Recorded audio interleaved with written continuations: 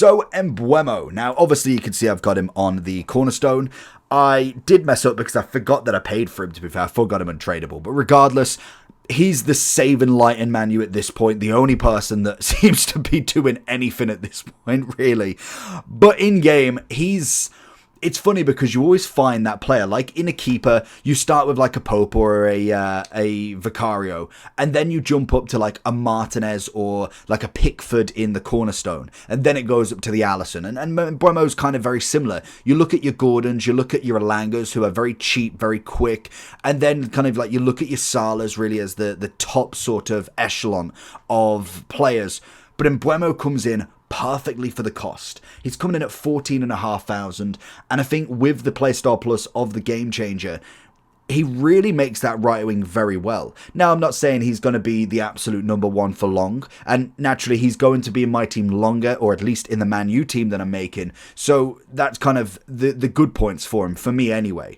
Now, a big disadvantage is obviously the weak foot. He is a left-footed right wing, so you are looking to cut in more so than anything. And with the Game Changer, if you're kind of not aware of the Playstyle Plus, enables a player to perform a Trivela shot. Fancy shots are performed with even higher accuracy. This is fantastic if he was on the left-hand side, because obviously if you've ever used a Trivela before, it's the opposite to a finesse. So if he had the finesse shot plus from the right wing being a left footer, phenomenal. Now, obviously he can't play left wing because that would be where his Trivela really works, because you don't particularly want to Trivela with his right foot. Can't really do it. So you are almost having to get him in that role. Either he's straight on goal or he's managed to just drift over to the left to really get the full use out of the Playstyle Plus.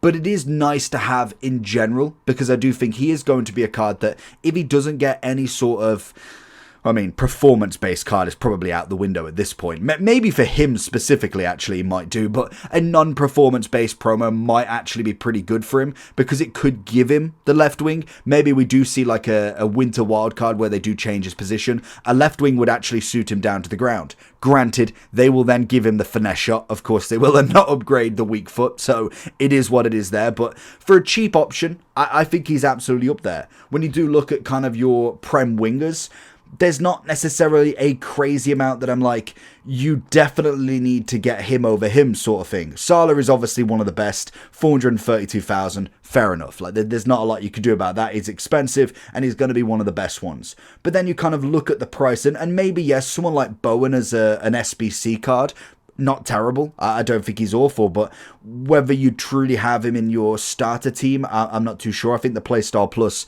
is a big bonus for Mbeumo in terms of the future of him. But then he does have the 4-4, which is certainly something Mbeumo doesn't have in terms of weak foot.